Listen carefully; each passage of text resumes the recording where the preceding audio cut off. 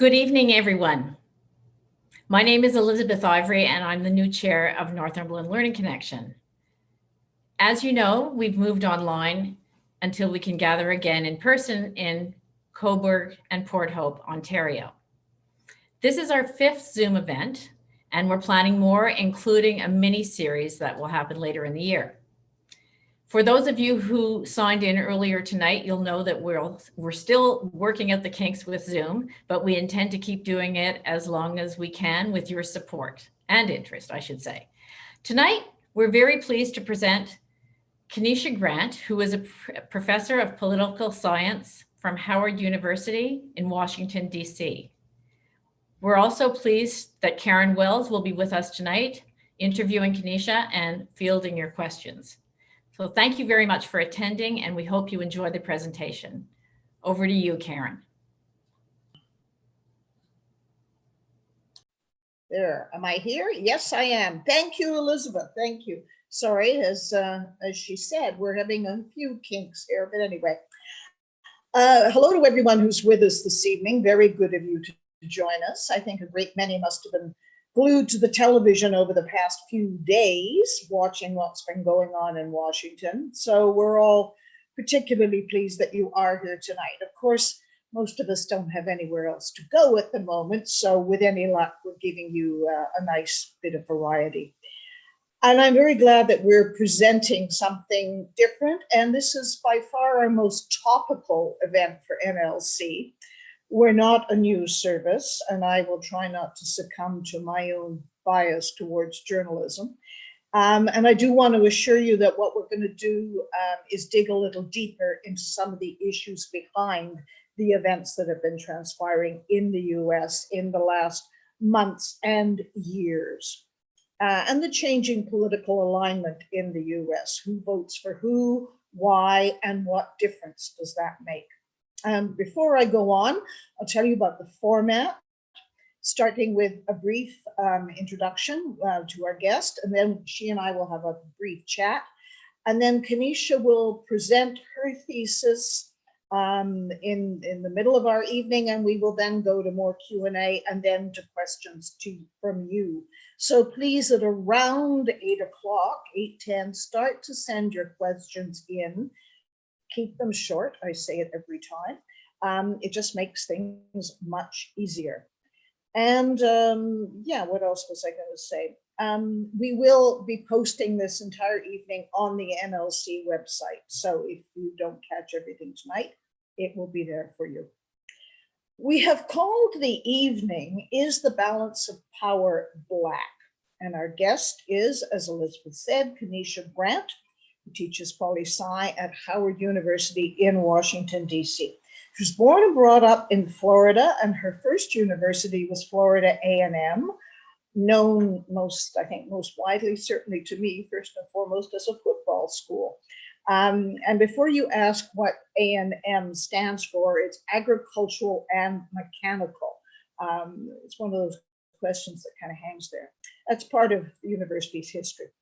Both Florida A&M and Howard are two of America's historical Black university colleges and universities. Keneshia Grant has been politically active since she was a young woman, in the civil rights movement in particular.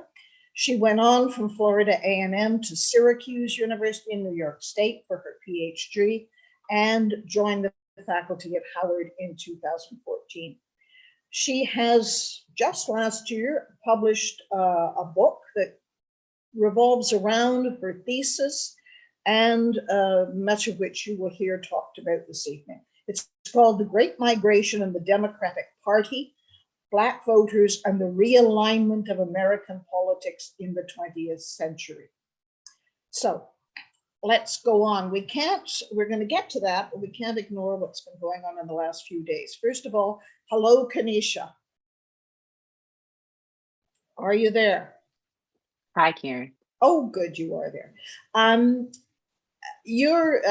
Howard is in Washington, D.C. I take it you also live in D.C. rather than in Maryland or anything. How have things been in the last few days for someone who lives there? Well, It is very different from usual. It's different in that it is very quiet in the city. I live approximately 1 mile away from the Capitol, and I don't live inside the zone that is uh, quarantined or cordoned off because of the security efforts for inauguration, but I also don't live far from that. And so once you get past the National Guard, there are very few cars, there are very few people, and so the city is just quiet. And eerily so, it's usually a bustling city where you hear lots of coming and going. And so it's quiet. DC is also a very democratic city. And so most of the people who are here are happy with the results of the election and feel very celebratory about the inauguration. And so there is an air of happiness, and everybody feels light and feels like we are moving in the right direction, in a different direction from our previous president, but everybody's happy about that in the city. Do you feel the presence of the National Guard? I don't where I live, and I think most of the people who live in Washington, DC don't. But for some of us who take dogs for walks or are runners or otherwise outdoorsy kind of people, it is often the case that our outdoor activities include the National Mall because it is a very big green space. And so we can't run in that direction yet. And that's kind of a place where I would normally be trying to walk my dog, but we can't go in that direction at the moment. And so, yes, we feel the presence of the National Guard and that it inhibits us from getting close to things that are usually a part of our normal day. But the neighborhoods are, in some ways, behaving as they normally do because the National Guard members don't extend out into the neighborhoods of the city. But the presence of many, many thousands of armed men is a very peculiar thing to have to live with, isn't it? Yeah, it is. And I think that it's odd because you see the photos of it, or I have seen the photos of it before I saw them in person. And seeing the photos of it does not strike the same kind of emotional response in me that being there and seeing them physically struck in me, and having that space between me and these institutions and buildings that I'm used to moving about freely. It just creates a different kind of feeling, and it's difficult to explain what that's like. I think the closest that I have gotten to it is hearing some colleagues who have worked in war zones previously compare it to that kind of feeling. But most of us, most Americans, haven't done anything other than seen a war zone in a photograph. And so it's difficult for us to wrap our minds around the ideas that some individuals in other nations are living that way all the time, and that we are experiencing it now in this moment. Right. All of this grew out of events of January 6th. I purposefully watched all of that on Fox Media. I wanted to see what they were saying. And one of their guests was former US Senator Claire McCaskill, Democrat from Missouri. And she said, as many people echoed in time after that, imagine what this would have been like if it was Black Lives Matter mounting this protest. Must have gone through your head. Yeah, it did. And I talked to my husband about it as it was happening and said to him that I had a bit of like some cognitive dissonance because I, on one hand, would like for Black Lives Matter protesters to be treated humanely and to be treated well when they are out in public. But at the same time, I could not wrap my mind around why there was very little police presence or why the police officers had not responded to the rioters in kind. If you meet individuals with violence, certainly if you meet law enforcement officials with violence, you're usually met with violence no matter who you are. Certainly if you are Black, that is the case. And so it was hard to watch them destroying the Capitol and doing so without consequence. Can we just talk a little bit before we get into your presentation about Black Lives Matter and the relationship between that grassroots movement and the reception and the numbers of people it has attracted, that, and contrast that, or perhaps they complement, with the increased number of Black representatives who have been elected to office. does the growth of Black Lives Matter and its grassroots base suggest that among the Black population, there's even more disillusion with political representation? I think it depends on who you ask. I think for the people who are in the streets, so to speak, who are the most stalwart participants in the Black Lives Matter movement, they are probably also not extremely interested in being organized in formal politics. And so there are some folks for whom ascension to political office or involvement in politics is never going to be of interest to them. But I think that the conversation that the loose organization that is Black Lives Matter, I'm glad you described it that way, because sometimes people don't recognize that it's not like one massive organization, one massive civil rights collective, but a bunch of small grassroots organizations. I think the continued conversation about that in the media and in Black communities has made it easier for individuals to organize Black voters. And so if it is the case that a voter was not registered, a voter was not interested to participate, had registered but had not participated recently, I think this constant conversation makes it easier for organizers to go into communities and excite those people to register to vote or re-register to vote and then turn out on election day. It's very easy to presume that a grassroots organization that is perceived at times to be violent has a good side to it, a positive side to it as well. And I'm thinking if you go way back to the Black Panthers previously, I mean, they ran a huge breakfast program, a huge school program. There was all sorts of other stuff going on, wasn't there? Yeah, there was. And actually, the free and reduced lunch program that we have, or meal program that we have in the United States, is based on or built on the prototype from the Black Panthers. And so I think you're right that it's often the case that we hear about these organizations. In some instances, the organizations are demonized, but individuals don't take the time to figure out what the space is between people who are using the language of Black Lives Matter and the people who actually write the policy agenda, for example, for Black Lives Matter, or who write the intentions of Black Lives Matter. And so I think I'm glad you mentioned it that way, because it's, again, important to be careful about the space between the person on the street who is taking up this mantle or wearing the t-shirt and the person at the head of the organization, if there is such a thing, who is setting out the intention for what it should be.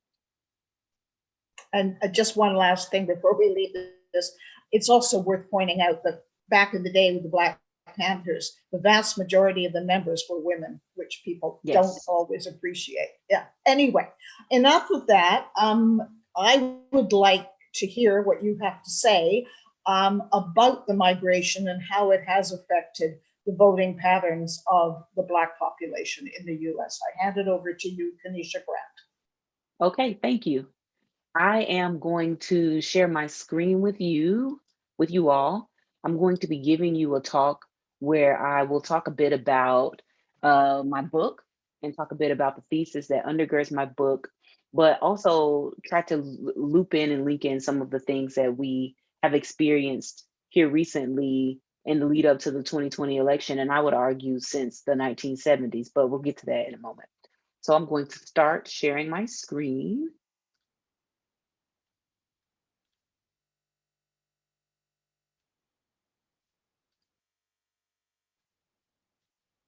And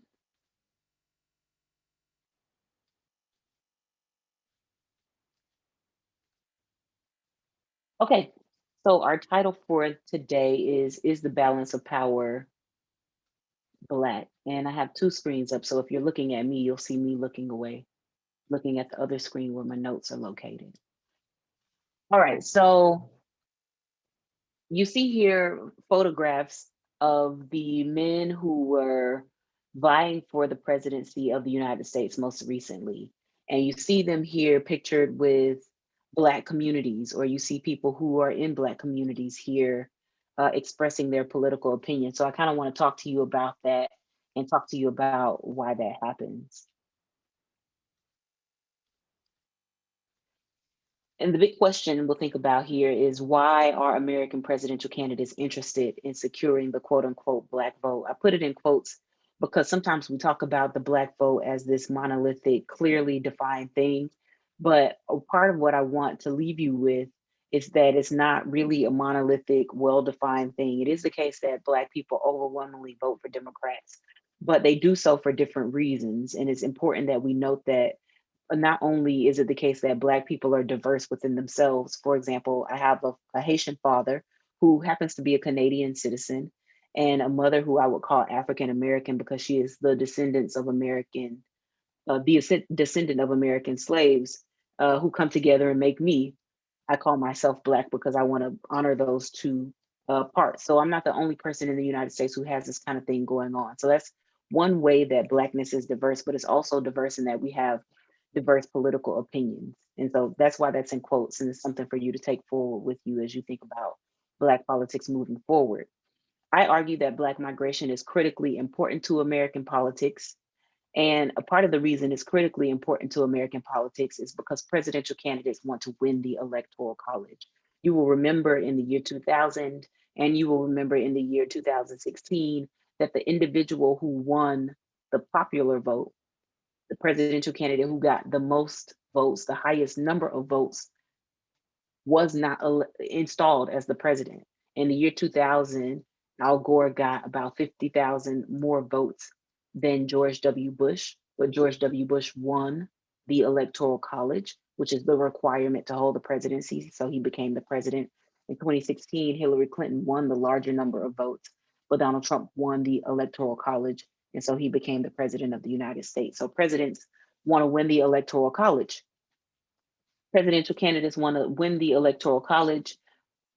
If you're thinking about that, you might ask, well, okay, well, which states have the large Electoral College delegations? If you've been paying attention to American politics, some of this will be familiar to you because we think about some of these states as also swing states.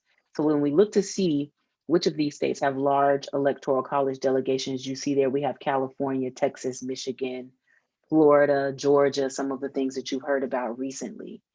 And so when we think about that, but we also think about which states have very large Black populations, and we put those things together, we find that it's actually the same list of states. The places that have large Electoral College delegations happen to be the places that also have very large Black populations. So what does this mean? It means that if you want to be the president of the United States, and you have to win the Electoral College as a part of being the president of the United States, you might have to be concerned with Black voters because Black voters live in these places that have large Electoral College numbers. And so I want to talk to you a bit about the Great Migration and the Great Migration's impact on politics in the North. Because when you align the places where Black people went during the Great Migration with the states I just showed you, again, there's a seamless combination there. So again, these are the same states, the ones I just showed you, that presidential candidates have been working to win since the Great Migration. You see here photos of individuals who are in the process of migrating. You see Black people there in Jacksonville, Florida, in that top photo, who are moving north or attempting to move north via trains. And you see a family there in Florida who has packed their car and is attempting to migrate north as well. The migration follows a pattern that looks like what you saw in the opening slides, moving from the deep south, those places that are the darkest green in the map here, and transitioning out of the south to various places. Usually individuals move directly north from where they start. They do that because they're on highways and they're on trains for the most part doing that movement, but some individuals move west as well. We think about the migration in two waves. And so you see the first one represented there as 1915 to 1940. And again, that's mostly going directly north. In some instances, individuals are going from the South to deeper South, as is the story of my family, who is from Georgia and moved deeper into Florida during that first Great Migration. And then we have the second wave of the Great Migration from 1940 until 1970 that takes people to a larger number of destinations. I cover this in my book, The Great Migration and the Democratic Party. Black voters and the realignment of politics in the 20th century. And so in the book, I consider three cities: New York, Detroit, and Chicago. And again, the movement to those cities mirrors what I showed you in the slideshow or in the slide previous. The Great Migration is important for a few reasons. And I'll talk to you about what the reasons are in addition to why migrants chose to leave the South. But I, as a political scientist, am interested in Black migration and the Great Migration in particular at this moment, because it changed the voting age population or the distribution of the voting age population in the United States of America. Why does this matter? Why is it important to think about that? If a person was Black and they lived in the South before 1965, it would have been very difficult for them to participate in politics through voting. In some instances, it would have been impossible for them to participate in politics through voting. They did not face the same barriers to voting in the North as they did in the South. And so when we see this transition of the Black electorate from being a mostly Southern electorate to a potentially mostly Northern or even half Northern electorate, it changes the calculation for politicians, but also changes the calculation for Black people themselves. So why would you, if you are Black and in the South, choose to leave? Most of the people chose to leave because they saw the North as a place of great opportunity. They believed that the North would provide opportunities for high paying work. Most of the literature about the Great Migration says that people moved for work.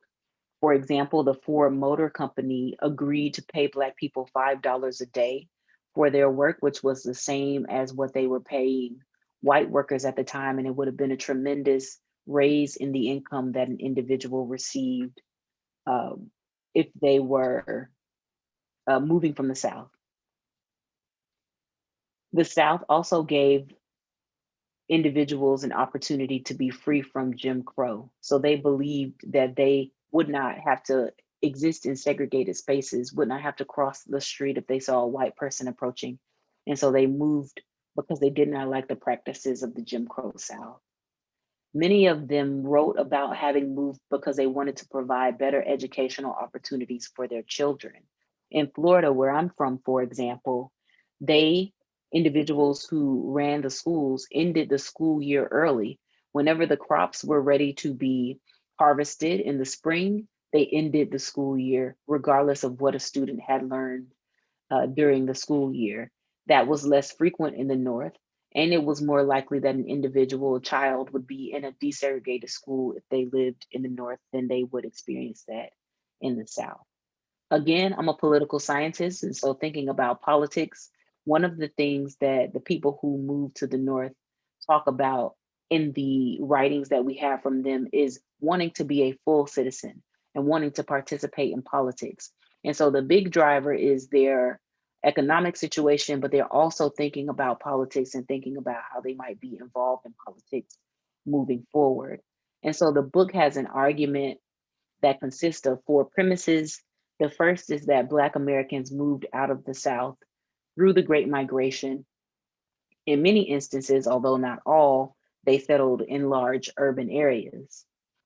The migrants changed, or their migration changed Black citizens' ability to participate in politics because, as I mentioned before, there were many barriers to participation in the South, and those barriers did not exist in the same ways in the North.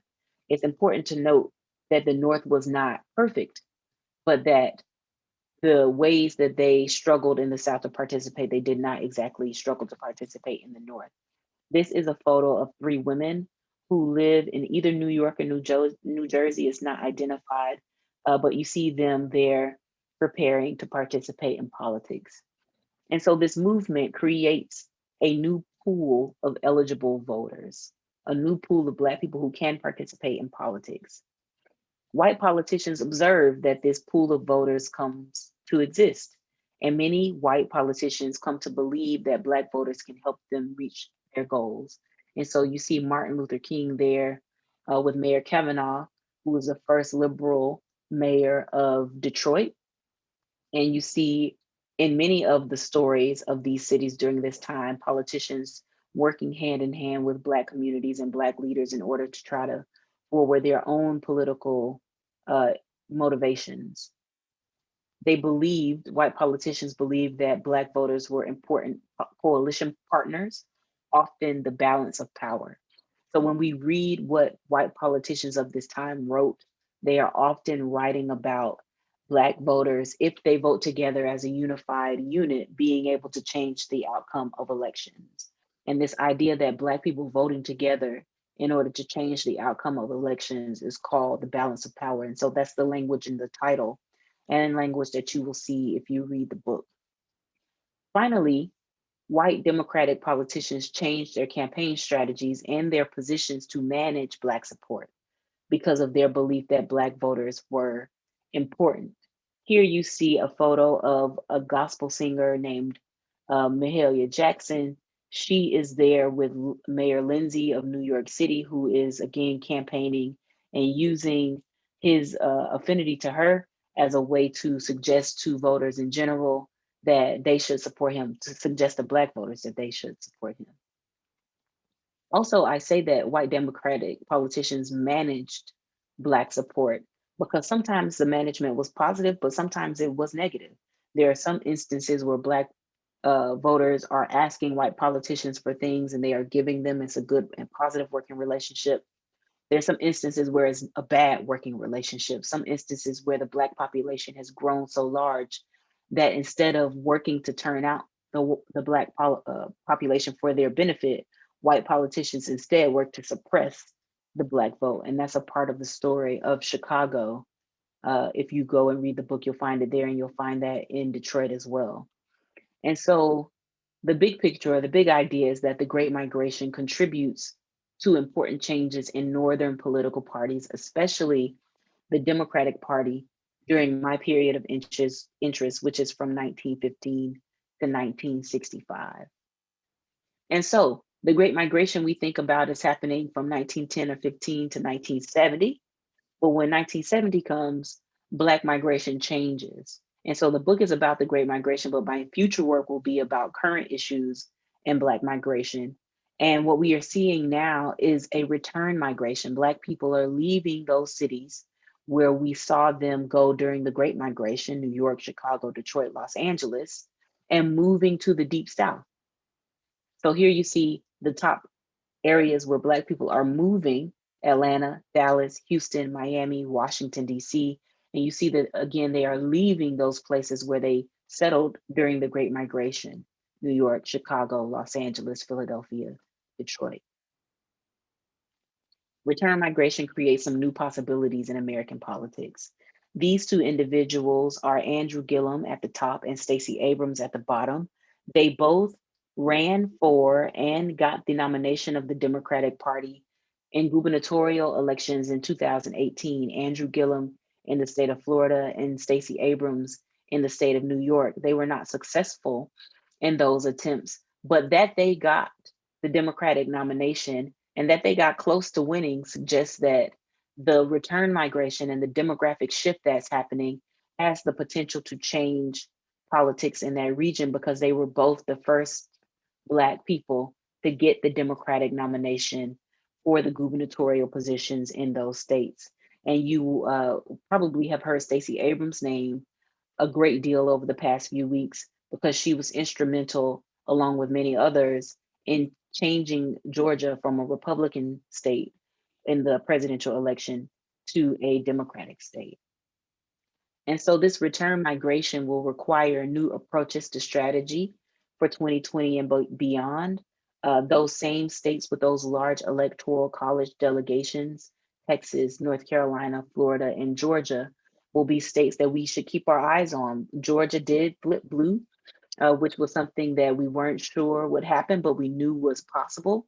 I suspect that in the years to come, we should expect that North Carolina first will also flip blue, and that Texas has the potential to do so as well. Florida is a bit of a wild card because the demographics there include not only individuals who will be moving to Florida as a result of return migration, but also includes the migration of lots of individuals from retirement communities who might not have the same kinds of politics, who have a diverse type of politics that changes the way that we understand the state. And so here we have a photo of Kamala Harris at her inauguration yesterday.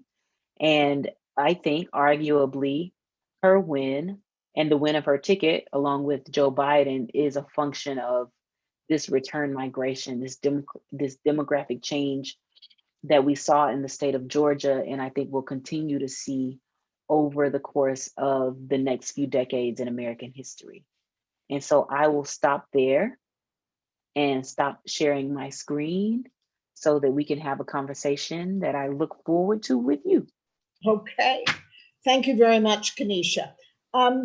Couple of things or several things that come off what you just said. The notion and the idea that the Black vote, such as it was in the beginning, was Republican takes a bit of getting your head around. I mean, you can kind of go, Abraham Lincoln was a Republican, and that was the Emancipation Proclamation. But, it does require a bit of thinking about it. Tell me one thing, that with the Emancipation Proclamation came the beginning of enfranchisement. But as you pointed out, there's a huge difference between the principle of voting and the practice of voting. Can you tell me a little bit more about what the barriers are that prevent and still do, in many instances, Black people from voting in the South?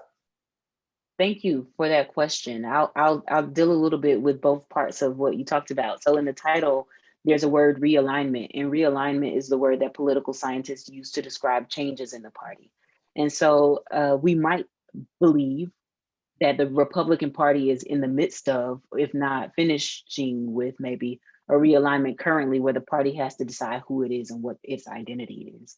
And so when we say that Black people were involved in the Republican Party and involved as a function of Lincoln's Emancipation Proclamation, it's important to remember that that Republican Party is not the same as this one. It is the same in name, but it is not the same in its way of being. And so Black people were involved in that Republican Party, but over the years, the parties make different decisions about who they want in their corner. And so that's kind of in the background of the book. Thank you for asking about that, because I think that's an important note. But when we think about the things that prevented Black people from participating in politics, there was a wide range of things, and they ranged from law that said things like, you can only vote or register to vote if your grandfather was registered to vote. For me, that wouldn't necessarily be a problem. My grandfather would have been alive and well and registered to vote in the 1990s or sometime after 1965. But his grandfather, my grandfather's grandfather, would not have been able to vote, because my grandfather's grandfather would have likely been just coming out of enslavement, if not enslaved himself, and his father's father the same. And so you have a grandfather clause that says one can only vote if one's grandfather could vote, but it's enacted at a time where Black people don't have grandfathers who can vote. And so it's a way to prevent Black people from voting without saying that Black people can't vote. Another thing that they did was had literacy tests. And so if you were attempting to register to vote, you would meet a registrar, and the registrar could ask you any number of questions, and you had to answer the questions to the registrar's liking. And so the registrar might say, please read this passage from the United States Constitution and tell me what it means. And in some instances, individuals read the Constitution and could not tell the registrar what it meant. But there was lots of thoughtful challenge to these systems. And so in some instances, Black communities sent law professors, Black constitutional scholars, to these registrars to tell them what the Constitution meant, and they were also denied. Or you might meet a registrar who says, can you tell me the number of bubbles in a bar of soap? Can't tell you the number of bubbles in a bar of soap. Or they would have these jars of jelly beans, and they would say, tell me the number of jelly beans in this jar. And so those kinds of things kept Black people from participating, in addition to just violence, straightforward violence, or the threat of violence, be that violence physical, where they might get beat up, or economic, where they might be threatened with losing their job because they sought to register to vote or participate in politics through voting.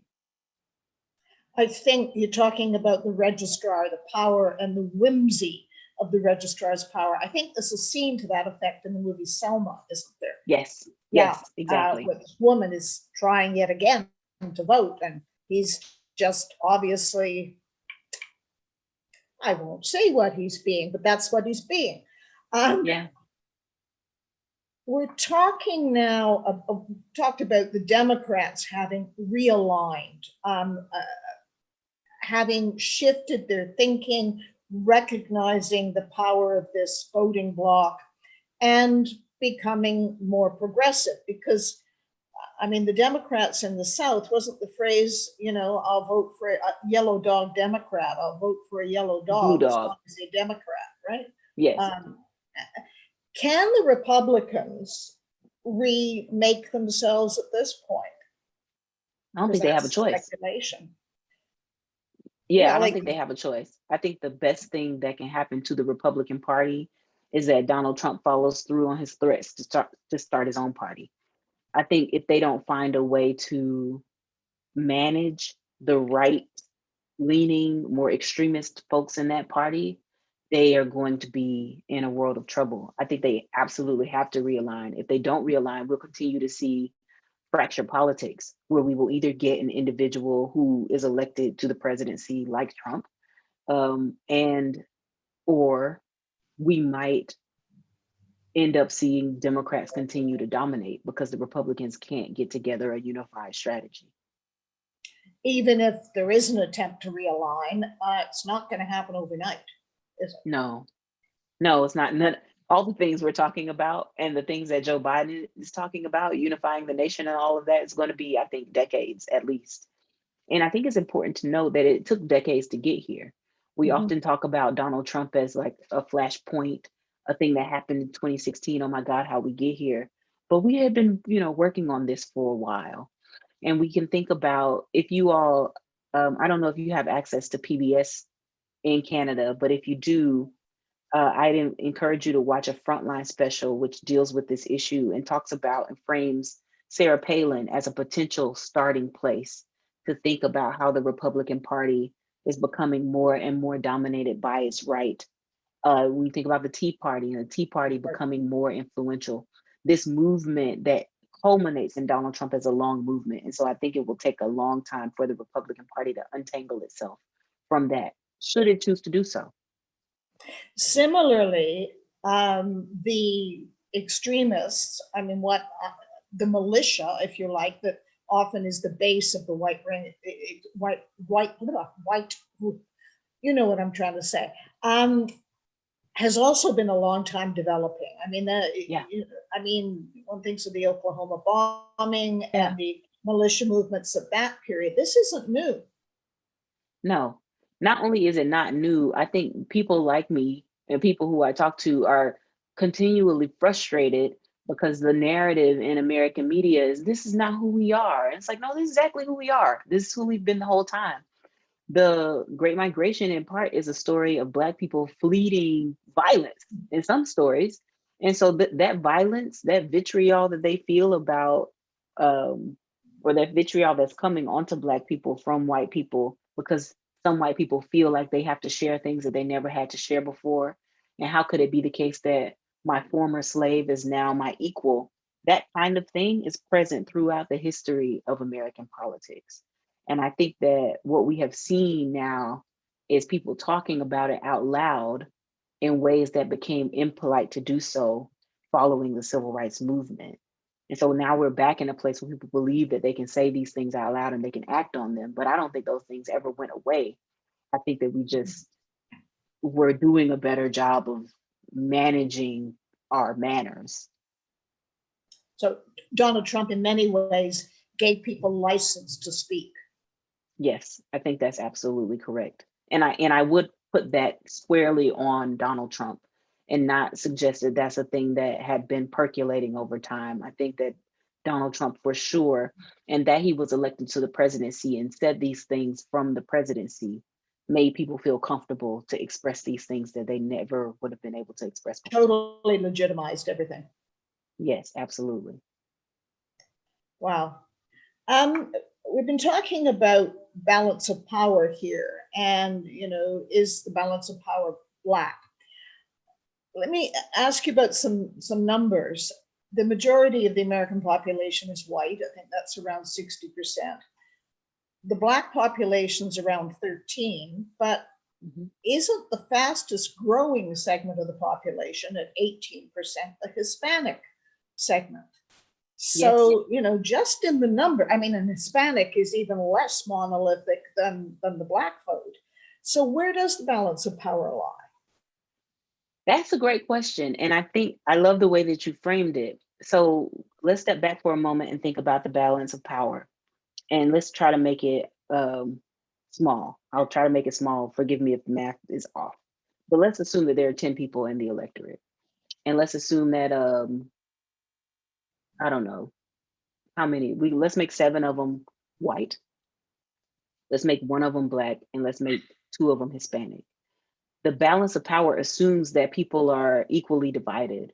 And so these 7 white people would be divided between like both hands, so to speak. 1 Hispanic person would be together on one hand and 1 Hispanic person on the other hand. And then so that leaves kind of the Black person floating between the 2. And whichever decision the Black person makes will be the decision that decides the election. And so the idea of balance of power is not necessarily about numerical might, but it's about the fact that the Black vote is unified. And in the past, not so much today, the Black vote would move between the political parties. And so I think the balance of power kind of concept doesn't really work today in the same way, because we're not thinking about whether Black people will vote for Democrats or vote for Republicans. We're thinking about the sheer number of Black people that will turn out. And so if you have a white population that's about equally divided, and you have a Hispanic population that's about equally divided, if you are a Democratic strategist, what you need to do is ensure that Black people turn out and that they turn out in large numbers, because you can be reasonably assured that if a Black person turns out, there's a better than 90% chance, maybe 85, depending on how you understand this previous election and some Black people's support for the Make America Great stuff, but about an 85% chance that that person will vote for a Black person. And so the balance of power is about driving up the numbers of Black people who participate, so that when you get to a Michigan, a Pennsylvania, a Georgia, you can look back and say, okay, we won this comfortably. And we know we won it comfortably because, again, these other groups were split, but we drove up the number of Black people who were supporting the Democratic Party. So much of it is about getting out the vote. I mean, Yes. Getting people to the polls. Yeah. Yes, absolutely. How much, I can't help but think that the more that the Black community has the opportunity for education, the more affluent it becomes, perhaps you'll have people drifting Republican again, or the more fiscally conservative group. We're also presumably going to see in the States the legitimization of illegal immigrants, many of whom are Hispanic, which will drive those numbers up. What difference are those sorts of things going to make? That's a great question. I reviewed a book recently called Steadfast Democrats. And the title is a bit of a misnomer because the book is really about the circumstances under which Black people become Republican, as opposed to the circumstances under which they remain with the Democratic Party.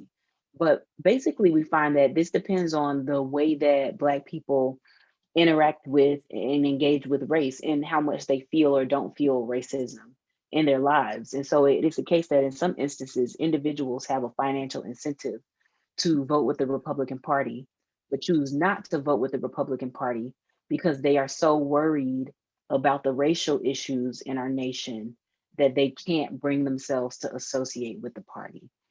In instances where Black people do associate with the Republican Party, it's usually the case that they don't feel connected to or oneness with Black people in the same way. They are usually from communities that are not predominantly Black.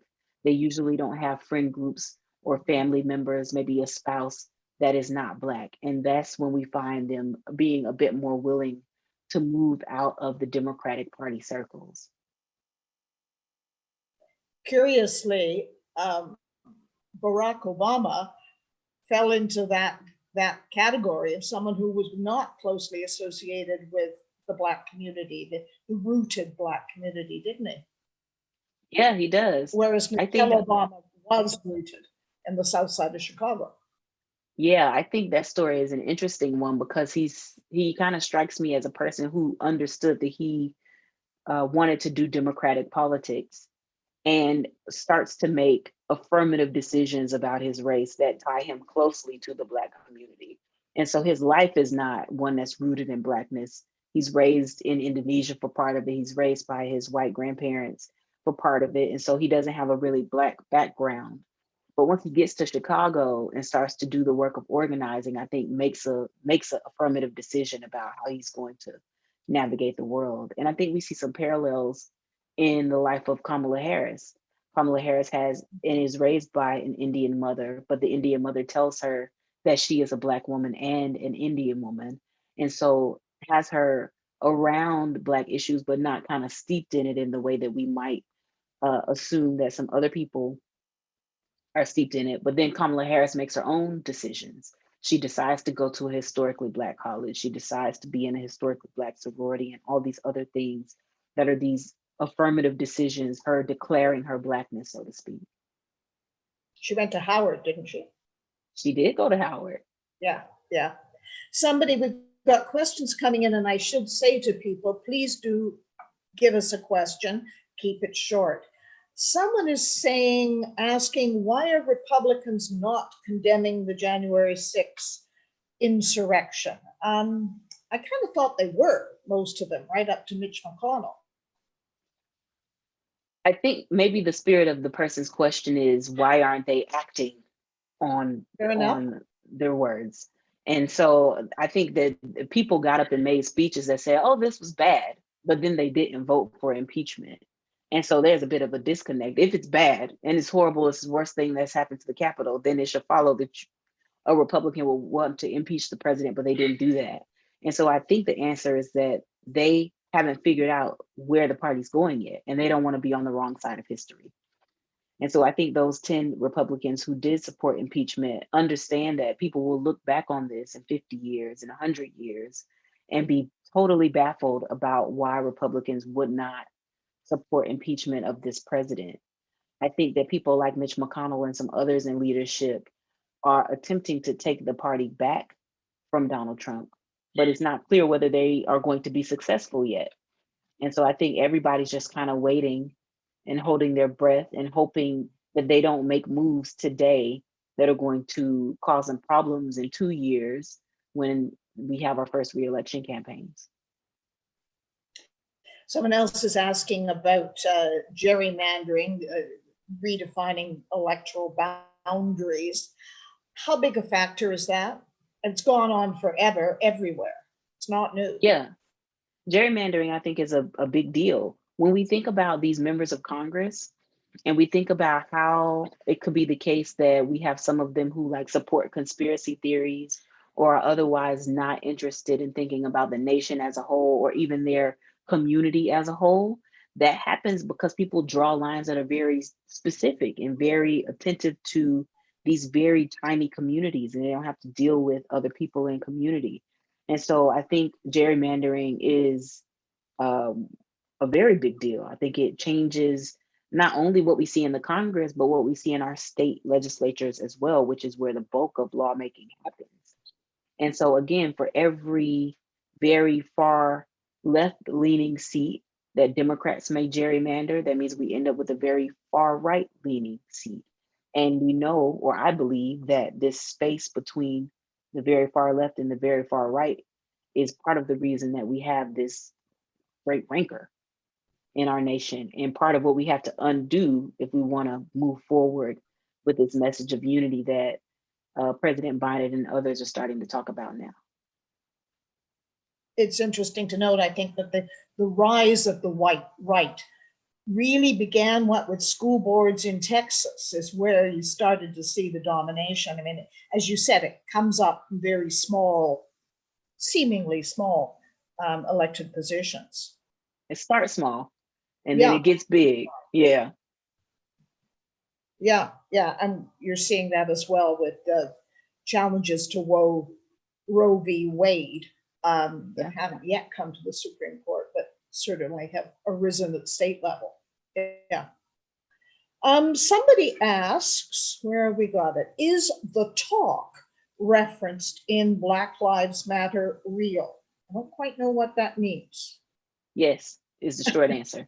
The talk is this idea that you have a child, a Black child. That talk. Yep. Yeah, gets a conversation from their parent about basically how to behave. I am a Black woman, and so my talk looks a little bit different than the talk of my brother or the talk of my husband. But that's absolutely a real thing that happens.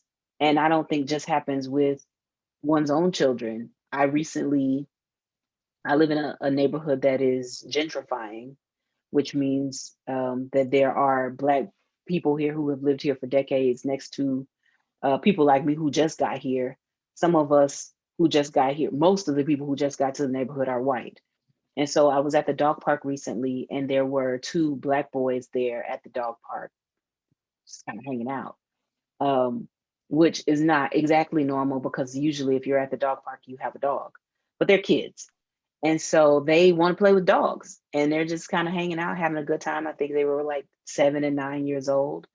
And I was very worried for them because I was the only other Black person at this dog park. And I know that it's the case that so often when Black children misbehave or just in their general way of being, they're assumed to be much older than they actually are and assumed to have nefarious intentions when they don't. And so I, in conversation with them and watching them behave and be a bit rambunctious, felt the need to tell them, please be careful here.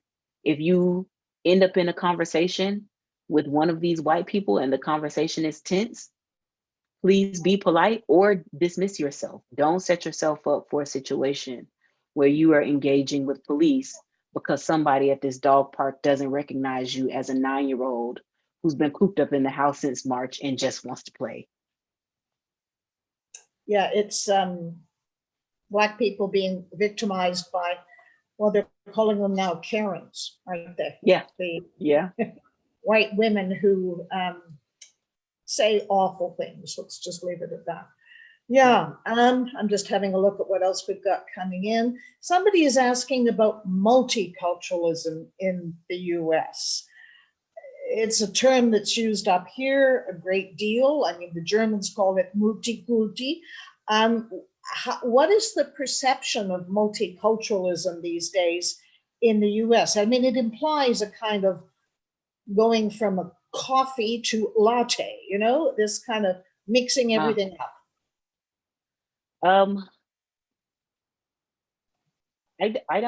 I think that we probably don't talk about it as much as you all do. I think we still live in these silos. It's still noteworthy when individuals are in interracial relationships. Mm-hmm. It's not noteworthy in the sense that somebody will be angry about it, but it's noteworthy in the sense that it doesn't happen. And so you see interracial couples, but I don't think we see it as much as you all might see it in parts of Canada. And so I would say that it happens, but I don't know that there is a great public discussion about it. There is a great public discussion about the fact that the United States will be majority minority by about the year 2050. So most of the people who live in the United States will not be white by the year 2050, but we don't have any formal kind of conversations or anything else that I'm aware of about that in our public or day-to-day life.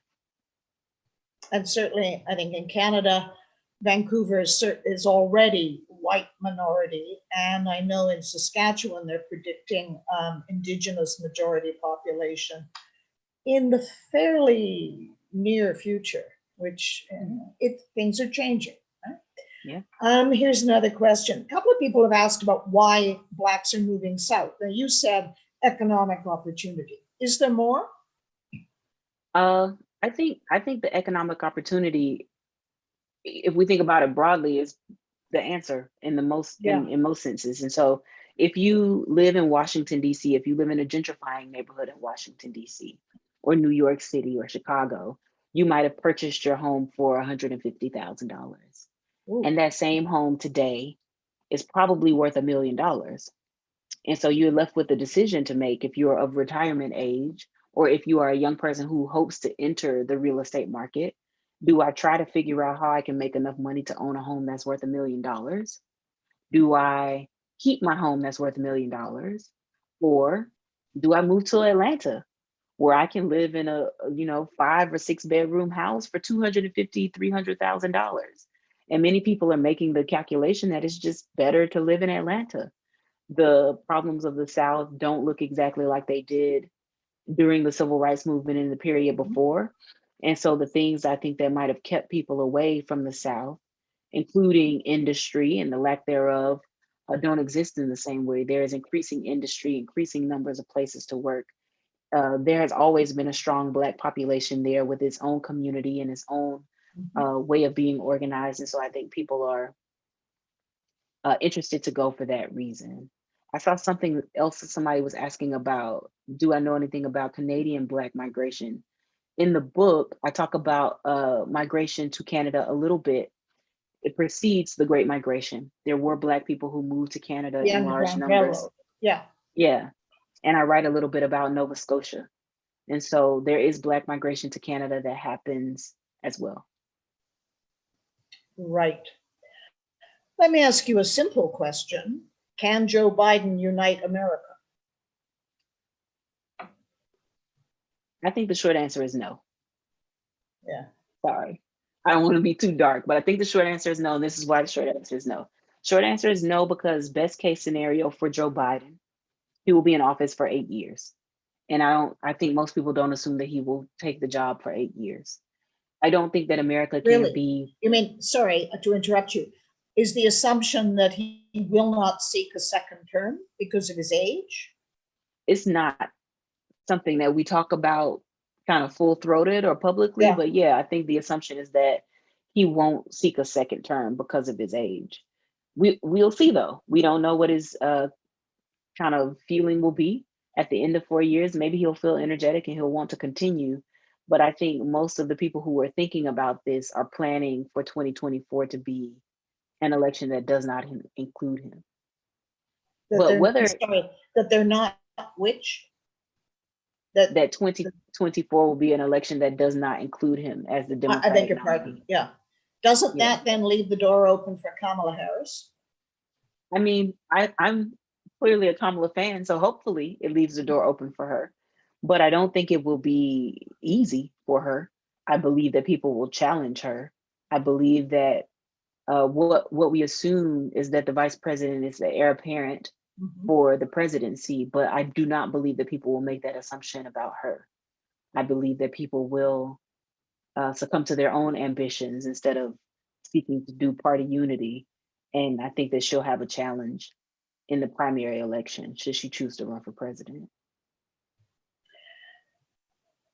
Did the defeat of Hillary Clinton not give us some indication that perhaps it's easier to elect a Black man than it is a woman of any color? Yeah. Yes.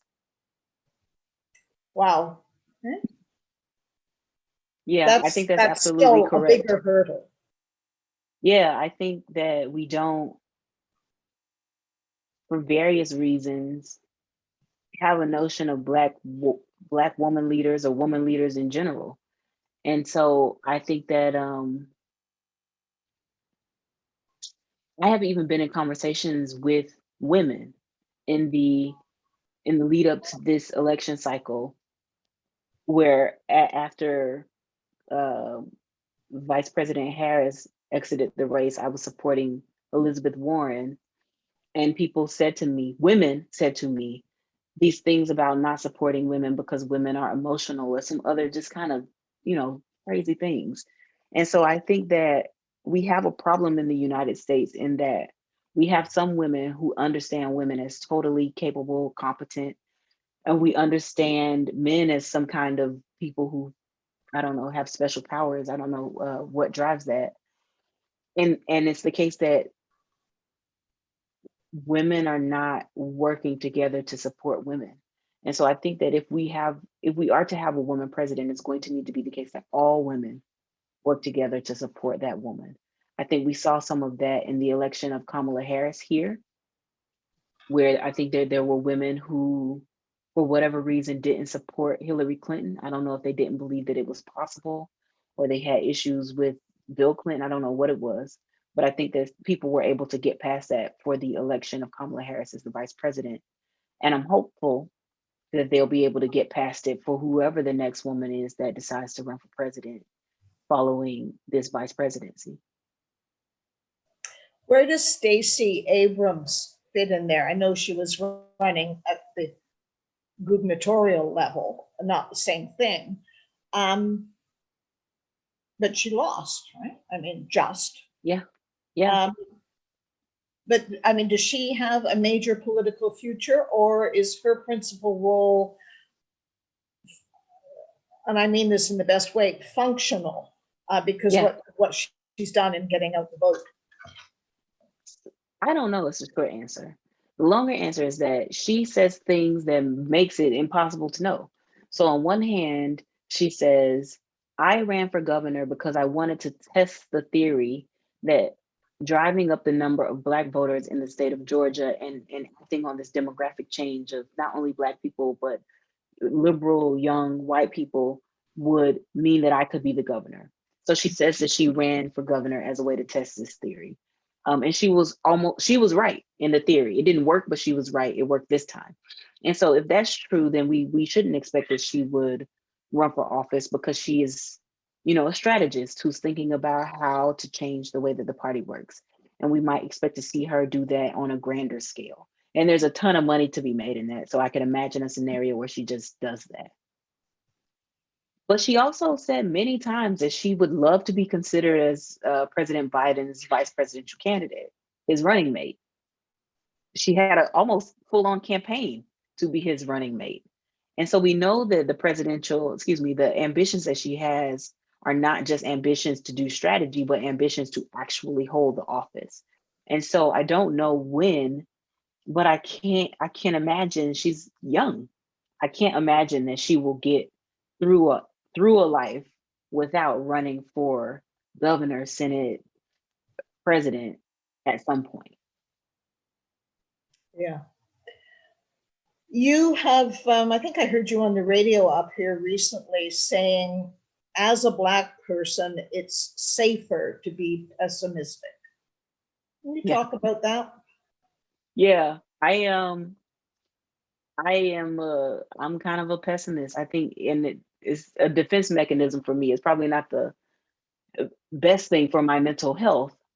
But I think that's the way to be. I think it's the way to be in terms of our approach to understanding American politics and understanding what white people will do, because I think that American history has often demonstrated that we believe that progress is happening and progress seems like it is happening and then it is not, right? And so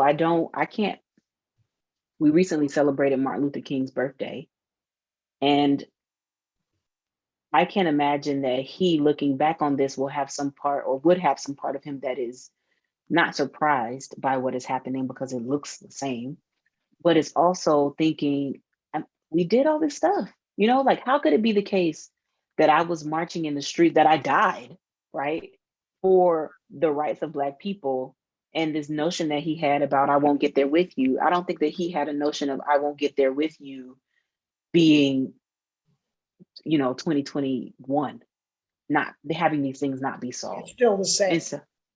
Be still the same. And so I think that we have made great progress. I don't want to minimize the progress that has happened, that we are in conversation, and I have a PhD, right, is one just micro example of progress. But I think that kind of in general and in my own life, it just, I think, serves me to be cautious, because in some instances, it's the case that we might show up, being our full selves or being free and open. and we're not met with people who, I don't think Black people are often, I won't say often, but sometimes Black people are not met with individuals who see us as equally human. Or like if I walk in the store and I'm just kind of bouncing around in a pre-COVID world, touching dresses and, trying on things, I just, like pretty colors. And so a person who is also in the store, who's working in the store, might see me as a person who just likes pretty colors and pretty dresses, or they might see me as a person who's not worthy to be in the store. And I think my way of being is to assume that people will be worried, and to carry myself in a way that is not causing hostility in them, trying not to. Sometimes you can't help it, but trying not to cause hostility. Did that feel like, let's use the going to a store metaphor, let's continue it. Did that feel different in Florida than it does in DC?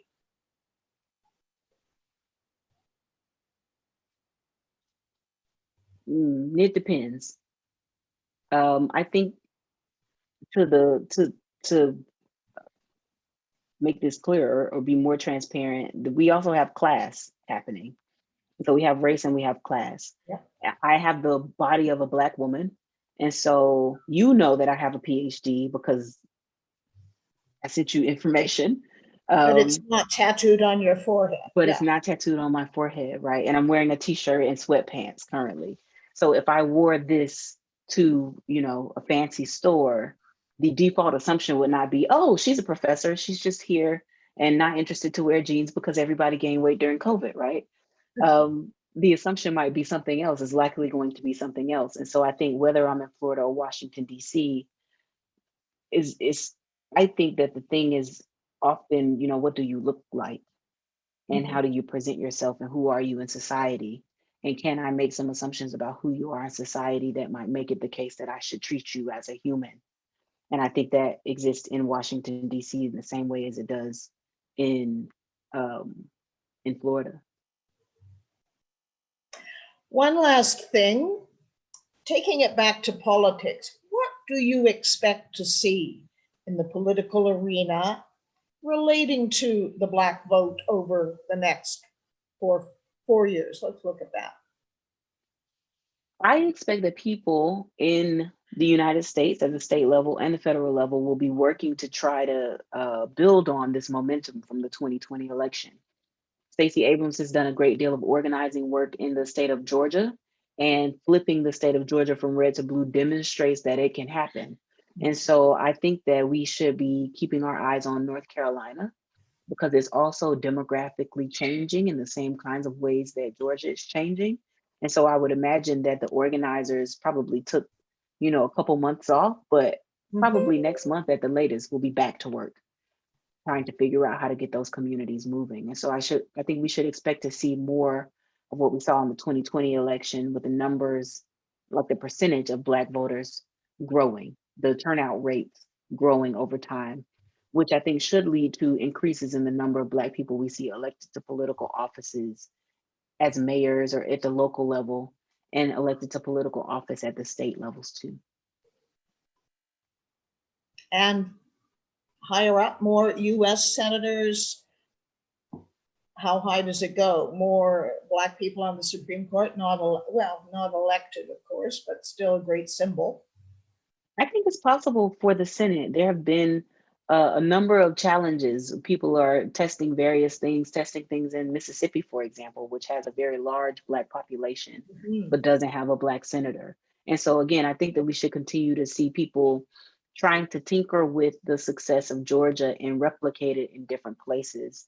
And I don't think that the jobs that people will seek or the positions they seek will be limited. I think that they'll be trying all types of things, including Senate, including running for president. I think they'll be trying many different kinds of things. But I think that's a longer answer than the next 4 years. I think over the next 4 years, we should expect to see it happening at the local and state level, predominantly, maybe in Congress too.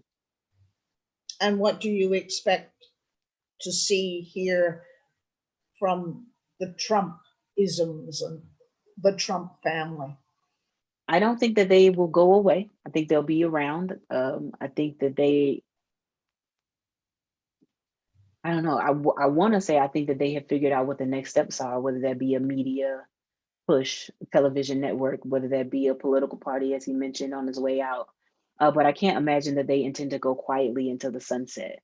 And I think that they have a base of individuals who be willing to follow them wherever they go. So they have that.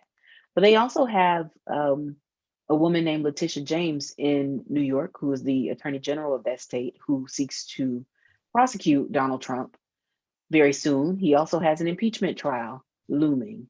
And so he might have some, and his family might have some ideas about what they will do based on his time in office. But I can imagine that he's got a bit of a bumpy road ahead because many people will be looking for ways to punish him and to serve him consequences for the things that have happened over the past 4 years. And it is, I mean, to win the impeachment trial in the Senate, that requires a 2/3 majority, and that's a big majority. So It requires, yes. But Mitch McConnell is suggesting that he might vote to convict.